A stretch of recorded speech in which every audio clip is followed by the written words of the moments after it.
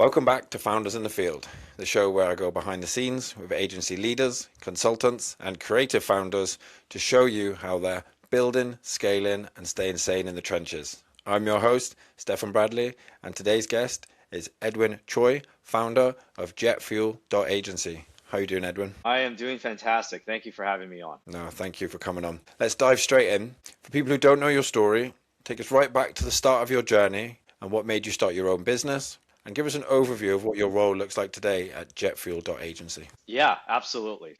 Ever since I was a kid, I have always liked selling things to the point where I had a conversation at school that I need to stop selling burned CDs and flipping magic cards and things like that, or I would get kicked out. So I just thought it was fascinating that you could buy something for $1 and sell it for $3. Like that has always been part of my DNA. I started my journey out of university at a marketing agency. I kind of cut my teeth on SEO and PPC, and I was there for 2.5 years. After I left that agency, I went to a more the other side of the right. So very common for me to hire an agency and let go of them within 6 to 12 months, right? It was just like a constant hamster wheel. And I never could understand why they could not outperform my in-house team. Asking for a digital marketing agency, we really focus on 3 main pillars, right? So that would be your search, that would be your organic search, your paid search, that would be your paid social, your Meta, your TikTok ads, and then your retention marketing, which is email and SMS. And we do that for rapidly growing e-commerce brands, and we primarily specialize in parts-based businesses, health and wellness, food and beverage, and that kind of led us here to today. My role as the CEO/founder is really, I try to keep things very simple, right? I need to make sure that the company is growing. So anything that can help us get more revenue, more leads, more business, right? I need to make sure that the team is growing, both in their skill set and maturity, as well as the size of the team. And I need to make sure that we retain our clients and our team members. Like those 3, like if you really boil down to it, is about 80% of my day. And that's where I like to spend my time. How has it changed from when you set up JetFuel.agency to now? Obviously, now you just said then, they're your 3 roles. Has that changed over from when you started to now? Oh, absolutely. Like when I first started the agency, I was doing a lot of the work in delivery, right? I was doing the media buying, I was doing the reporting, I was doing the analysis. So like a lot of that was part of my day-to-day now. And then obviously over time, you get great people on board, individuals handle a lot of that delivery, and now I focus more on building the systems and building the infrastructure where they could succeed. And when you worked from before, when you sort of, you're obviously a born entrepreneur, that's something that sparked you from a young age, from selling things in school. When you then worked in a marketing agency, did you always want to then start your own business after that? No, I was not. Working at a marketing agency did not make me want to start a marketing agency. That was definitely not the plan. It just wound up being that way, right? Because when I started the company, I was thinking, what is it that represents my DNA, right? Because at the end of the day, whatever company you start, like you want to have fun doing it, right? So I wanted a vehicle that would allow me to still do the things that I want to do and have fun doing. And that it just wound up being a marketing agency, and it kind of snowballed and grew into this organism. But it's great because you can help so many companies and you get exposure to so many different types of verticals. So I think all that put together makes it easy to wake up in the morning and go to work. And from working in a marketing agency to starting your own business, is what made you go into the sort of niche that you're in with, with e-commerce and things like that? Yeah, I think, when you're in the cell phone accessory space, you understand a lot about companies that have a lot of SKUs, like thousands and thousands of SKUs. And there is a very unique challenge and a very unique opportunity for companies that are able to have that breadth and width of catalog. So that's where the parts-based businesses come in. But really the other 2 pieces of it were just things that I was the target customer. Right? Like I'm very into doing whatever I can to support mission-driven brands on my personal life, from both like a food and beverage standpoint and from a health and wellness standpoint. So when you yourself is the customer, then you understand how to market to that person just a little bit more easily. Yeah, no, that's a good like tactic to use. Actually, you are the person that you're marketing to for these brands, so you understand the buying psychology and what makes you actually convert yourself, basically. Do you know what I mean? So Yeah. I guess that makes it a lot easier then to actually go to an e-commerce brand that's selling something that that you would buy yourself, so you're able to then become the sort of the avatar of their ICP. Yeah, absolutely. 100%. Yeah. Okay, so now we've got a bit of background of how you started and what JetFuel is. What are the biggest trends that you're seeing in the marketing space now? I would say definitely one of the biggest trends is integrating intelligent use of AI. Just making sure that you're using it to increase the quality of your output. You're using it to increase the speed to execution, but you're not using it to replace your team's, strategic mindset and the critical thinking that needs to happen in order for things to succeed. I think that would be number one. Number two is that with the advent of AI being integrated into all the platforms, right? Like Google, Meta, TikTok, they're all using AI to serve ads and to optimize ads. Now the question becomes, how do you become a great shepherd of sheep, right? Like you have to guide the algorithm into the right places to feed it the right signals so it can make the most intelligent decisions. I think all of that is really critical. So then what we do as marketers is that has fundamentally changed how we approach things, right? It's not necessarily who is the best media buyer, and they're pulling all the levers and they're technically the most sound. So not necessarily are you looking things from that angle, but now you're looking at who is the best strategic critical thinker that knows where the client is going to fit in terms of the competitive landscape, and then how can you kind of guide the algorithm to find the individuals that would be the best customer for that client. And I think those are two very different types of mindsets.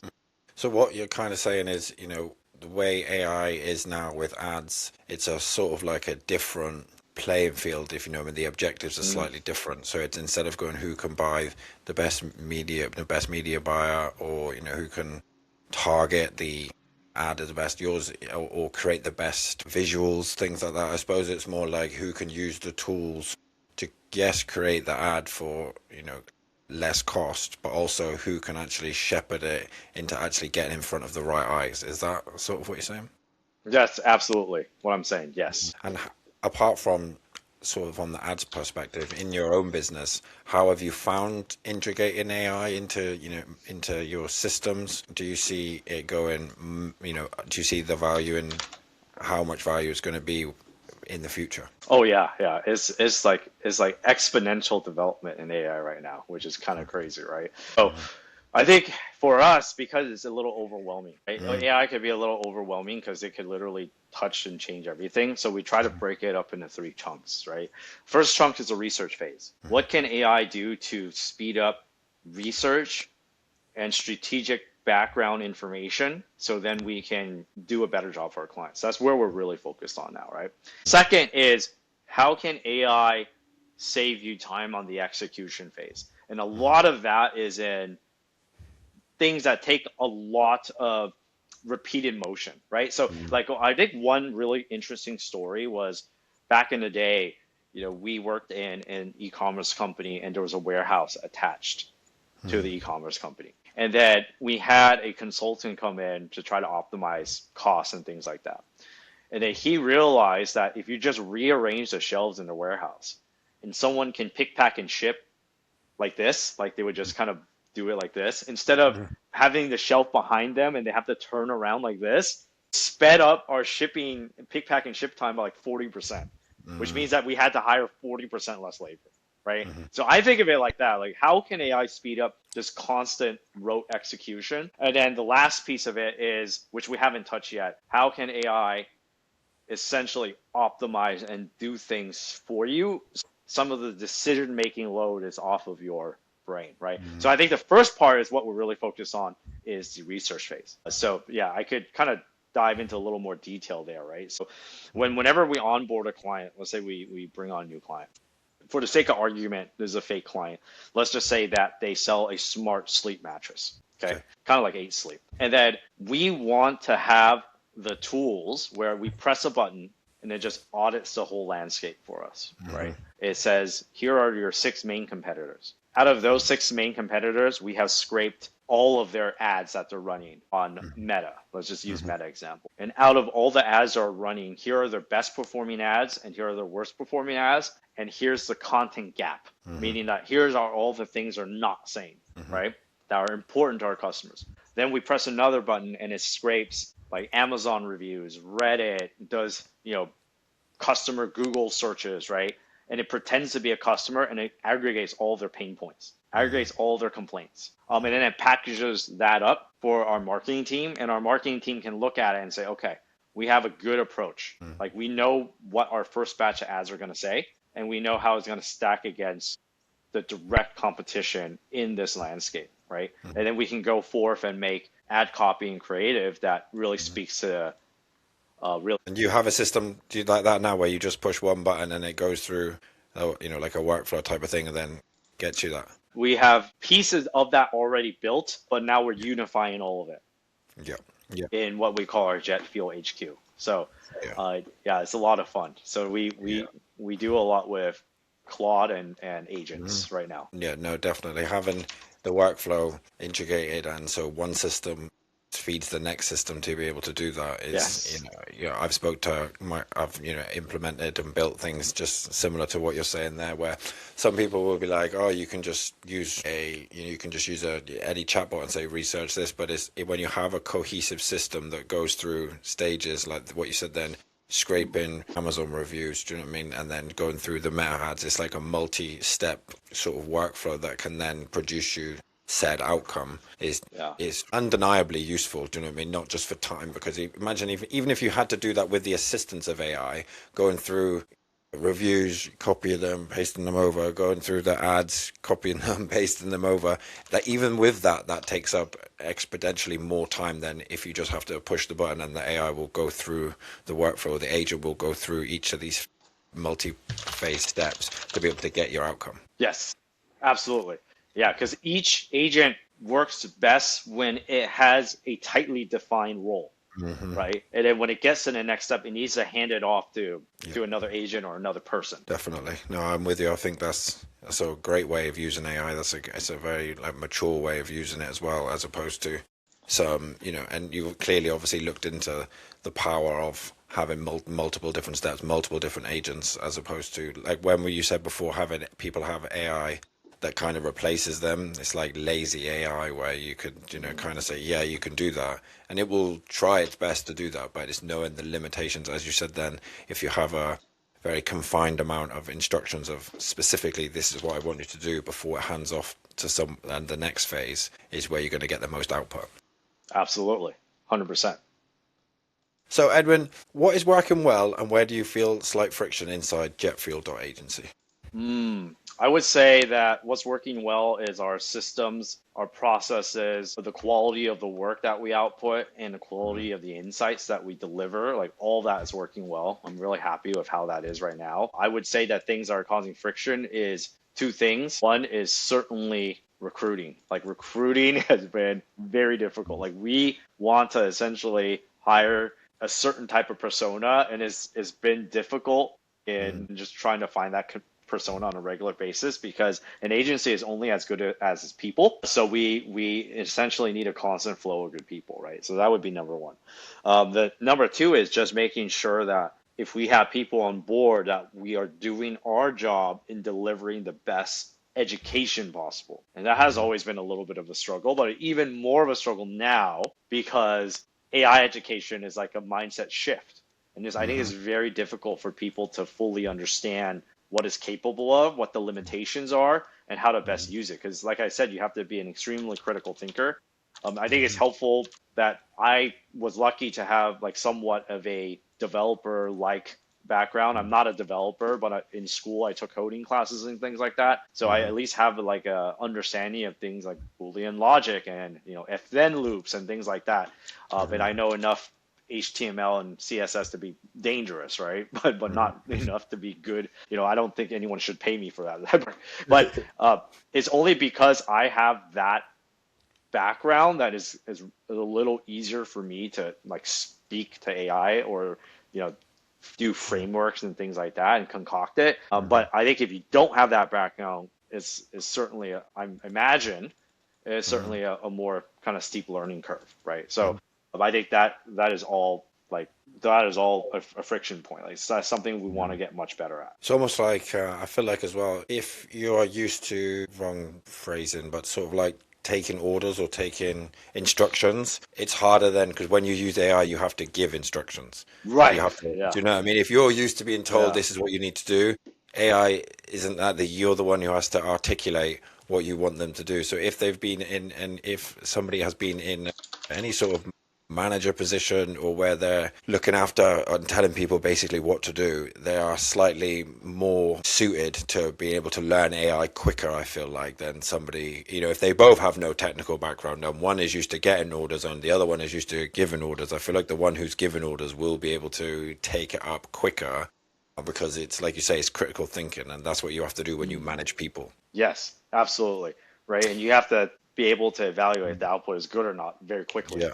Yeah, exactly. It's similar, like you say, when you're managing people, you have to know you have to look at Bob and Jim and how is his work and how's his work and which one's better and why is that one better than this one. And it's kind of the same pool, so same universe, should we say, as when you're looking at AI and what it's going to produce for you. Now, it's still going to be difficult if you've never had a technical background, but practice makes perfect, doesn't it? Do you know what I mean? Like if you've never used it, like to anyone that's listening to this that's like a bit afraid of AI or a little bit like, just use it. The more you use it, the more you're going to be able to then identify what you can do with it and be more comfortable using it, even when it's like someone say, right, you're going to use it in this whole different type of way. This is how to do it. But if you have some form of background of using it, it's going to feel infinitely easier than if you've never touched it before in your life. Yes, 100%. So when you're trying to find this persona of person that you want to work with you, is that sort of taking up time of the people who are recruiting, or is it just that you're not getting enough of that persona at all to even sort of be taken up of that time? It's probably a little bit of both. I wonder if it's also something possibly off of what we're doing as well. But I would say that it's probably a little bit of both. I think we're doing a better job at filtering people out, but that doesn't necessarily mean that we're doing a good job getting a lot of people in through the door, which is like the next piece of it, right? But I know our recruiting team is hard at work on that. Yeah, and it's also trying to find like creative ways to identify, because a lot of people might not even know that they have said quality about them. They might not describe. So I suppose it's a lot of like trying to actually have creative ways to identify the persona, even if they're not ideally presenting that persona to you. Do you know what I mean? Yeah, 100%. Yeah, I know exactly what you mean. We actually have a sort of like a critical thinking assignment, and it only takes about 30 to 45 minutes, but it allows us to see if the individual is going to do really well in this sort of AI enhanced world that we're. So then they do the assignment. Does it get sent to the recruiting team, or do you have like an AI that says pass, fail, and then they go through to the next stage? Oh no, they actually have to present it to us as. Oh right. They have to present it to us as if they're selling us on the project, so to speak. Then we have their project, and we also have the same prompt project done by Claude. So we want their version to be much better than Claude. Yeah, that would be like a good indication. And then you have kind of, before they actually take on this task, do you have a filtering process? So the only people that take the assignment is people that have sort of fit into your persona that you're wanting. Yeah, absolutely. Yeah. We don't want to put them through that process unless they're like really, really close. Yeah, definitely. Okay, cool. No, thank you for that background into your recruitment processes. Like a lot of people don't go into that much detail, but you can clearly see that you're all thinking about it in lots of different ways to be able to get that ideal person. Yeah, it's a challenge for sure. So Edwin, walk me through your client acquisition process. Like, how do you gain new clients? Yeah, so we have probably like 2 or 3 different ways, right? I think one is that our favorite way is always referrals, right? Because if you do good work sells itself, right? And the people that are referred to us are usually great fits for us, right? Because they're already kind of pre-filtered. So anything we can do to kind of speed that up or scale that has been really tremendous for us, right? Secondly, is partnerships, just making sure that we are talking to organizations and other agencies that we have like mutual gaps in skill that we can fill, right? And that we work extremely well together, because when we do partnerships, we partner very, very closely. It's almost like one team, right? Okay. So that would be, I would say, like the other like 30%. And then the third is, getting found in AI, right? Like if someone asks ChatGPT or Claude, what are good agencies that deal with certain types of businesses and certain types of niches, our visibility there is growing every month. So that is something that we really want to do because and continue to focus on, because there is almost like the new organic, right? Like people aren't using Google anymore as the first step. They're using ChatGPT to answer their questions.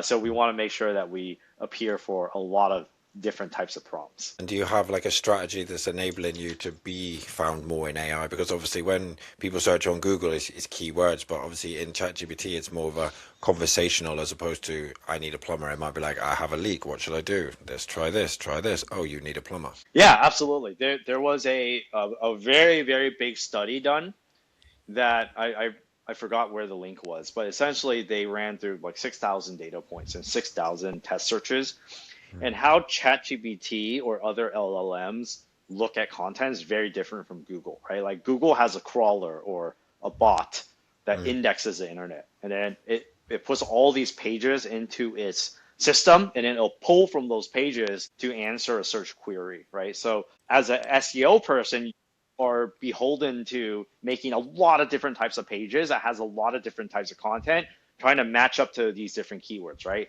But ChatGPT and other LLMs don't do that. They don't have an indexation type of constant flow that they're doing. They're essentially, every time someone prompts it, is doing a laser targeted deep search, pulling the most relevant answer and then pulling that back out every time. So how it behaved differently than Google was that Google tends to go to the home page and then like indexes everything downward like a tree. What ChatGPT does is that it goes to the deepest page humanly possible and finds the most specific natural language answer that is reputable, and it pulls that out as the answer. So for us, it's like, okay, well, we don't necessarily really care about a 2,000 or 3,000 word article like an SEO person would. We want to make sure that we have really good specific prompts in natural like FAQ like language for all these different queries that we want to appear for, right? That's number one.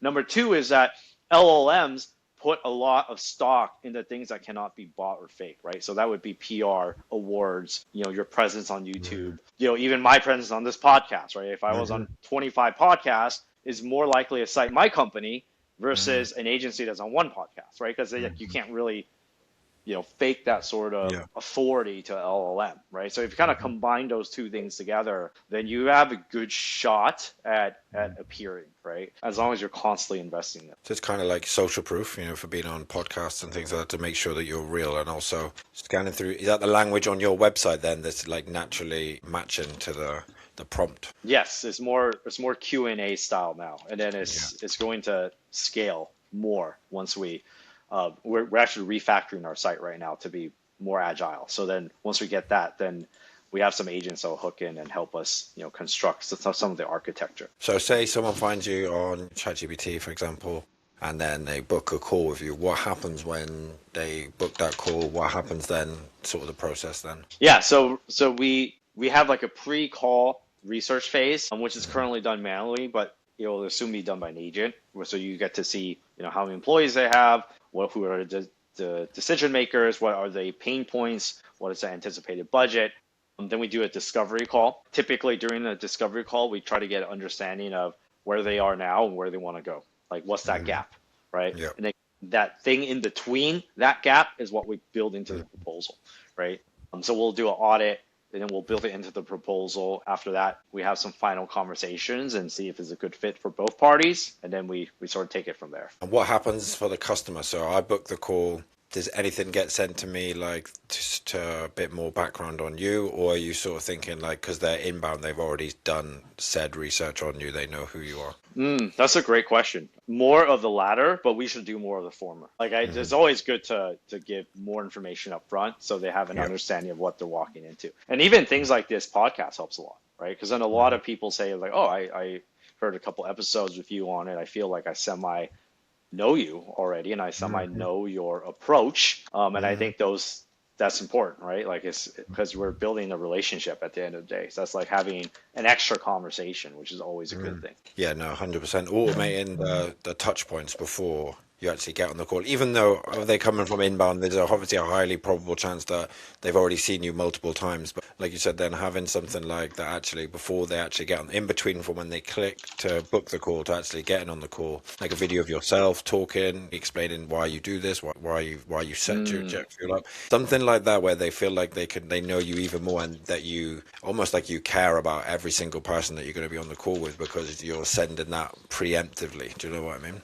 That's a great point. Yes, that's a great point. So, Edwin, my last couple of questions are: where do you want to be in terms of business in the next 12 to 18 months? I want to be twice the size in 12 to 18 months. It's a kind of challenge I've been giving to myself since January, because I think we've always kind of grown, I don't know, like 18 to 28% year over year, which is not bad, but I definitely want to see what we can do in this environment, because that the thing that was always lacking has been the bandwidth and the technical know-how.